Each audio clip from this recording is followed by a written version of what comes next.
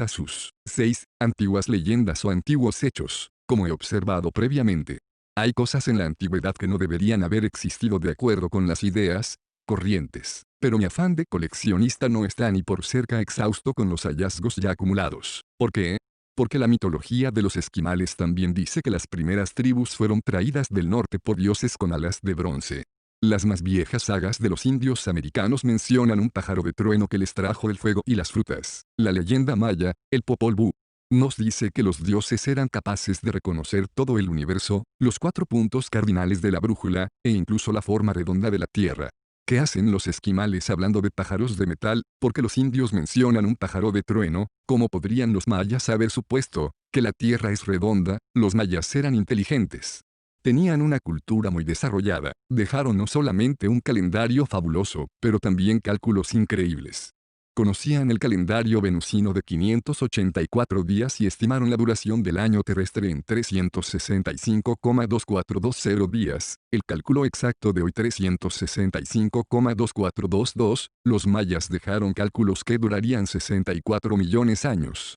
Las últimas inscripciones probablemente se acerquen a 400 millones años. La famosa fórmula venusina pudo muy bien ser calculada por un cerebro electrónico. De todos modos, es difícil creer que se originó en un pueblo de la jungla. La fórmula venusina de los mayas es, ¿cómo sigue el Tzolk'in tiene 260 días, el año terrestre 365 días y el venusino 584 días. Estas cifras esconden la posibilidad de una sorpresiva división y suma 365 es divisible entre 73 5 veces, y 584 8 veces. Así que la fórmula increíble queda de esta forma. Luna, 20x13 igual a 260x12x73 igual a 37.960, Sol, 8x13.104x5x73 igual a 37.960, Venus, 5x13 igual a 65x8x73 igual a 37.960 igual a en otras palabras, todos los ciclos coinciden después de 37.960 años. La mitología maya dice que los dioses vendrían al gran lugar de descanso. Las leyendas religiosas de los pueblos preincaicos dicen que las estrellas estaban habitadas y que los dioses venían a ellos de la constelación de las Pléyades. Las inscripciones cuneiformes de los sumerios, asirios, babilonios y egipcios constantemente presentan la misma imagen: dioses vinieron de las estrellas y volvieron a ellas. Viajaron a través de los cielos en naves de fuego, poseían armas terroríficas y prometieron la inmortalidad a los hombres. Era perfectamente natural, por supuesto, para los pueblos antiguos buscar sus dioses en el cielo y también dar rienda suelta a imaginación al describir la magnificencia y sus incomprensibles apariciones. Pero, aun si todo eso es aceptado, todavía quedan muchas anomalías. Por ejemplo, ¿cómo supo el cronista del Mahabharata que podía existir un arma capaz de castigar a un pueblo con una sequía de 12 años?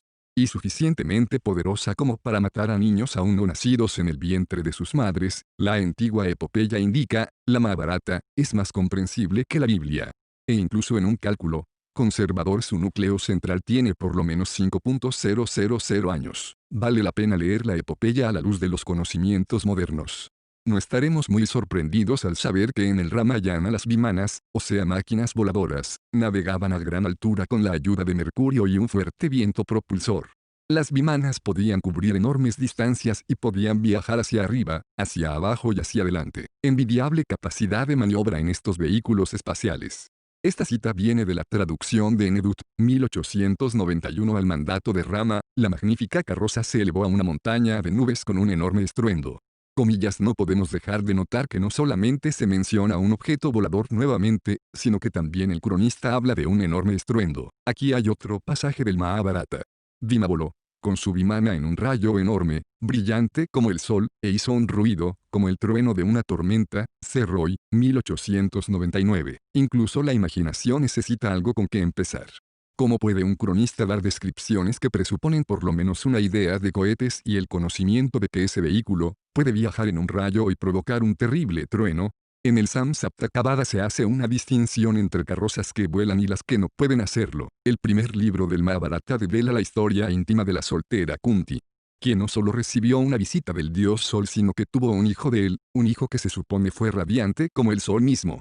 Como Kunti estaba asustada, incluso en esos días, de caer en desgracia, dejó niño en una gran cesta, lo puso en un río. Adirata, un hombre acaudalado de la casta Sutta, sacó la canasta y el niño del agua y lo crió. Realmente una historia que no vale la pena contar si no se pareciera tanto a la de Moisés. Y, por supuesto, hay una nueva referencia a la fertilización de humanos por dioses. Como Gilgamesh, Aryuna, el héroe del Mahabharata, emprende un largo viaje para buscar a los dioses y pedirles armas.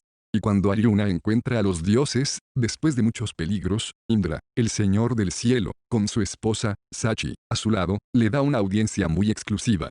Los dos no se encuentran con el valiente Aryuna en cualquier lado, lo encuentran en una carroza de guerra celestial e incluso lo invitan a viajar con ellos por el cielo. Algunos datos numéricos del Mahabharata son tan precisos que uno tiene la impresión de que el autor está escribiendo con conocimiento de primera mano, lleno de repulsión. Describe el arma que podría matar a todos los guerreros que llevaran equipo de metal. Si los guerreros conocieran el efecto de esta arma a tiempo, deberían sacarse todo el equipamiento del metal que estuvieran usando, saltar al agua y lavar todo lo que hubiera estado en contacto con ellos, profundamente. No sin razón. Como el autor explica, porque el arma hacía caer el pelo y las uñas. Todo lo viviente, se lamenta, se volvía pálido y débil. En el octavo canto encontramos Indra en carroza celestial nuevamente. De toda la humanidad, ha elegido a Yudhishthira para ser el único que podrá entrar al cielo en su forma humana. Acá también el paralelismo, con las historias de Inaki ya no puede ser negado. Aso en el mismo libro, en lo que tal vez sea el primer relato del lanzamiento de una bomba H, dice que Urka lanzó un solo proyectil en la ciudad triple desde una poderosa vimana.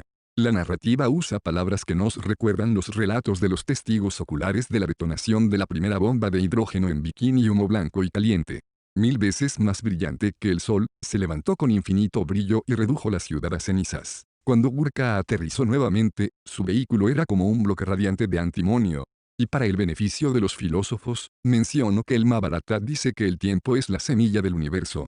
Los libros tibetanos Tantiua y Kantiua también mencionan máquinas voladoras prehistóricas, que llamas perlas del cielo. Ambos libros expresamente hacen énfasis en que este conocimiento es secreto y no para las masas, tanto como el fenómeno de las naves espaciales en el pasado remoto se puede explicar. También hay una explicación plausible para las terribles armas que los dioses usaron por lo menos una vez y que son tan frecuentemente descritas. Un pasaje del Mahabharata nos hace pensar. Fue como si los elementos se hubieran desatado, el sol giró alrededor. Quemados por el fuego incandescente del arma, el mundo se enrolló en fiebre. Los elefantes tomaron fuego por el calor y corrieron para un lado y otro en desesperación para encontrar protección de la terrible violencia. El agua hirvió, los animales murieron. La vida del enemigo fue cegada y la furia de la llama hizo colapsar a los árboles en filas en un bosque incendiado. Los elefantes lanzaron un ruido asustado y cayeron muertos al suelo sobre una vasta área. Caballos y carros de guerra fueron quemados y la escena parecía las consecuencias de un incendio. Miles de carros fueron destruidos, luego un profundo silencio cayó sobre el mar. El viento comenzó a soplar y la tierra se puso brillante. Era terrible de ver. Los cadáveres de los caídos estaban mutilados por el terrible calor hasta que no parecían seres humanos. Nunca antes había yo visto un arma tan terrible y nunca había oído hablar de ella. Serroy. 1889, la historia sigue para contar que los que escaparon se lavaron sus equipos y sus brazos, porque todo estaba contaminado con el aliento de los dioses que llevaba la muerte. ¿Qué dice la epopeya de Gilgamesh? Te ha herido el aliento venenoso del pecho celestial Alberto Tulli, antiguo custodio del departamento egipcio del Museo Vaticano. Encontró un fragmento de un texto del tiempo de Tutmos III, quien vivió alrededor del 1.500 AC. Relata la tradición de que los escribas vieron una bola de fuego viniendo desde el cielo y que su aliento tenía un olor maligno. Tutmos y sus soldados miraron el espectáculo hasta que la bola de fuego se levantó en dirección al sur y desapareció de la vista. Todos los textos se ubican en miles de años antes de nuestra era. Los autores vivieron en diferentes continentes y pertenecieron a diferentes culturas y religiones. No había mensajeros especiales para llevar las noticias en esos días. Y los viajes intercontinentales no sucedían todos los días. Sin embargo, la tradición cuenta casi la misma historia y viene de los 4 puntos del mundo y de innumerables fuentes. Tenían todos los autores la misma locura, estaban hechizados por el mismo fenómeno. Es imposible e increíble que los cronistas del Mahabharata, la Biblia, la epopeya de Gilgamesh, Los textos de los esquimales, los indios americanos, los escandinavos, los tibetanos, y muchos otros cuentan la misma historia de dioses que vuelan, extraños vehículos celestiales. Y las terribles catástrofes conectadas con estas apariciones por casualidad y sin fundamentos, no pueden tener todos las mismas ideas por todo el mundo. El texto casi uniforme debe tener su origen en hechos prehistóricos. Contaron lo que vieron, aun cuando el reportero haya exagerado su historia con detalles fantasiosos, como ocurre hoy en día. El hecho, el verdadero incidente, se mantiene en el centro de la historia, tal como sucede hoy. Y el incidente obviamente no pudo ser inventado en diferentes lugares y diferentes épocas.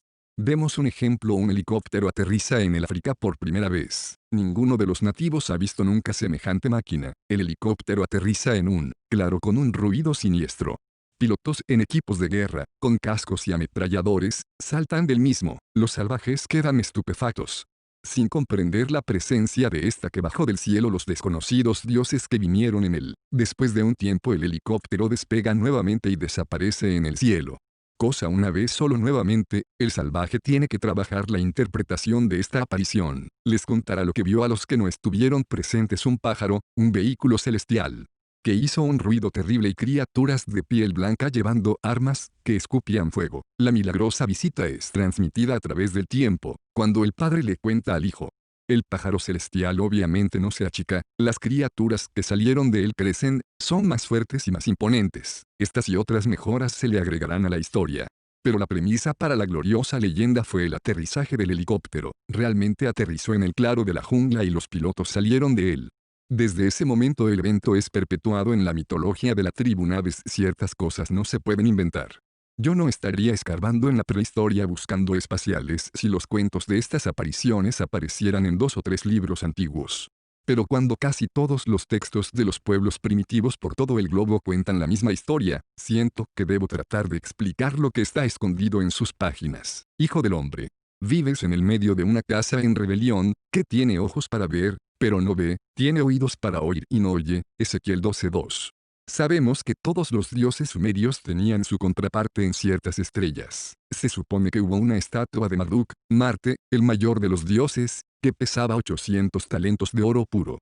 Si hemos de creer a Heródoto, esto equivale a más de 48.000 libras de oro. Ninurta, Sirio, era el juez del universo y sentenciaba a los seres humanos. Hay tablas cuneiformes dirigidas a Marte, Sirio, y a las Pleiades. Una y otra vez los himnos sumerios mencionan armas divinas, cuya forma y efecto deben haber carecido completamente de sentido para los pueblos de esos días. Un panegírico a Marte dice que él hacía que lloviera fuego y destruía a sus enemigos con un rayo luminoso. Inanna es descripta mientras atraviesa el cielo, irradiando un destello enceguecedor y atemorizante y aniquilando las casas de los enemigos. Se encontraron dibujos e incluso un modelo de un hogar que se parece a un búnker atómico, redondo y macizo, con una sola abertura de forma extraña. Los hombres de las antiguas culturas parecen haber estado casi obsesionados con la idea de inmortalidad y renacimiento.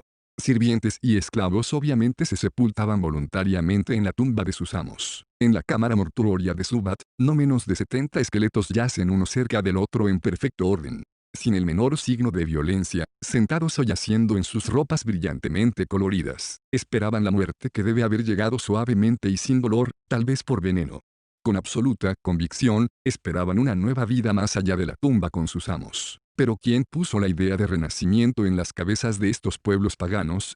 El panteón egipcio es igualmente confuso. Los antiguos textos del pueblo en el Nilo también hablan de seres poderosos que atravesaron el firmamento en botes. En una pirámide se lee: tú eres el que dirige el barco del sol por millones de años. Incluso si las antiguas matemáticas egipcias estuvieran muy avanzadas, es raro que hablen de millones de años en conexión con las estrellas y una nave celestial. ¿Qué dice el Mahabharata? El tiempo es la semilla del universo. Comillas: todo turista conoce la isla de Elefantina en Asuán. La isla es llamada Elefantina incluso en los textos más antiguos, porque se supone que se parece a un elefanta. Los textos están en lo cierto, la isla sí parece un elefante. Pero ¿cómo lo supieron los egipcios? Esta forma puede ser reconocida solo desde un avión a gran altura, porque no hay colinas que ofrezcan una vista de la isla que lleve a nadie a hacer la comparación. Una inscripción recientemente descubierta en un edificio en Irsu dice que es de origen sobrenatural. El plano fue dibujado por el idolatrado ser Imhotep. Ahora, este Imhotep tenía una personalidad muy misteriosa e ingeniosa, el Einstein de su época. En este antiguo mundo, la época de Imhotep. De acuerdo a los arqueólogos, las únicas herramientas que la gente pudo haber usado para trabajar la piedra fueron puñas de madera y cobre, ninguna de las cuales son adecuadas para cortar granito.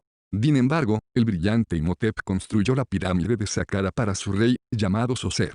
Este edificio de 1974 pies de altura fue construido con una maestría que los arquitectos egipcios nunca pudieron igualar posteriormente. La estructura, rodeada por una pared de 33 pies de altura y 750 pies de largo, fue llamado la Casa de la Eternidad por Imhotep. Hizo que lo enterraran allí, así los dioses lo podrían despertar al volver.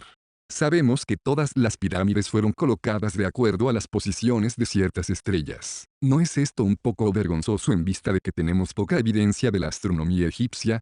Sirio fue una de las pocas estrellas por la que mostraron interés, pero este interés en Sirio es peculiar porque, vista desde Menfis, Sirio puede ser observada solo muy temprano al amanecer cuando comienzan las inundaciones del Nilo. Para medir dichas inundaciones, había un calendario muy exacto en Egipto hace 14.221 años antes de nuestra era. Este calendario estaba basado en la salida de Sirio, 19 de julio, y calculaba ciclos anuales por más de 32.000 años. Admitimos que los antiguos astrónomos tenían mucho tiempo para observar el Sol, la Luna, y las estrellas, año tras año. Hasta que finalmente decidieron que todas las estrellas se colocan en el mismo lugar después de aproximadamente 365 días. Pero seguramente era bastante absurdo basar el primer calendario en Sirio cuando hubiera sido más fácil usar al Sol o la Luna, además de llevar a resultados más acertados. Presumiblemente el calendario de Sirio era un sistema, una teoría de probabilidad, porque no podría nunca predecir la aparición de la estrella.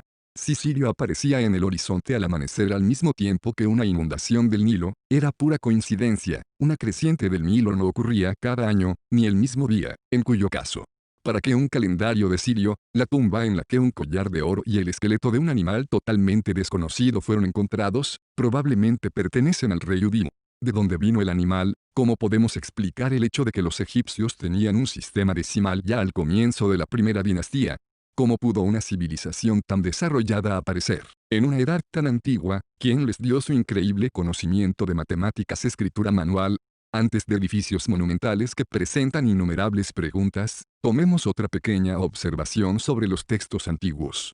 Comenzar con de dónde sacaron los narradores de las 1001 noches sorprendente caudal de ideas, cómo llegó alguien a describir una lámpara desde la que un mago habla cuando el dueño lo quiere.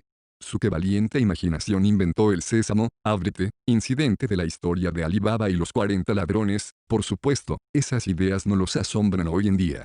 Porque la televisión muestra figuras que hablan al cambio de un interruptor. Y como las puertas de casi todas las grandes tiendas se abren con fotocélulas, incluso el sésamo, ábrete no tiene más misterio. Sin embargo, el poder de la imaginación de los antiguos creadores de cuentos era tan increíble que los libros contemporáneos de ciencia ficción parecen banales en comparación.